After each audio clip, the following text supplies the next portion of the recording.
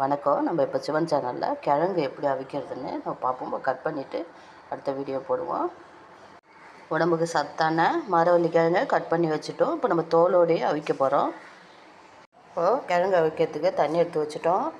கொஞ்சமாக நம்ம சர்க்கரை எடுத்து வச்சுருக்கோம். இப்போது உப்பு போட்டுடலாம். இது மாதிரி நம்ம இட்லி தட்டில் வச்சுட்டோம் பாருங்கள். கிழங்கை அடியில் தண்ணி ஊற்றி 1 ஸ்பூன் சுகர் போட்டிருக்கோம். உப்பு தேவையான அளவுக்கு அதிலே போட்டுட்டோம். இப்போது கிழங்கு தட்டு மேலே வச்சுட்டோம். இப்போ ஸ்டவ் ஆன் பண்ணிடலாம். இப்போது கிழங்கு எப்படி வெந்திருக்கு பாருங்கள். நம்ம ஒரு 15 நிமிஷம் தான் இருக்கும். நல்லா வெந்துடுச்சு. எடுத்து பவுலில் மாற்றிடலாம். இப்போது சிவன் கிச்சனில் கிழங்கு எப்படி வெந்திருக்கு பாருங்கள். இதேமாரி செஞ்சு பாருங்கள். என் வீடியோவுக்கு சப்போர்ட் பண்ணுங்கள், சப்ஸ்கிரைப் பண்ணுங்கள், லைக் பண்ணுங்கள். இது சக்கரை வச்சும் சாப்பிட்லாம், பெருசாகவும் சாப்பிட்லாம். இந்த குழ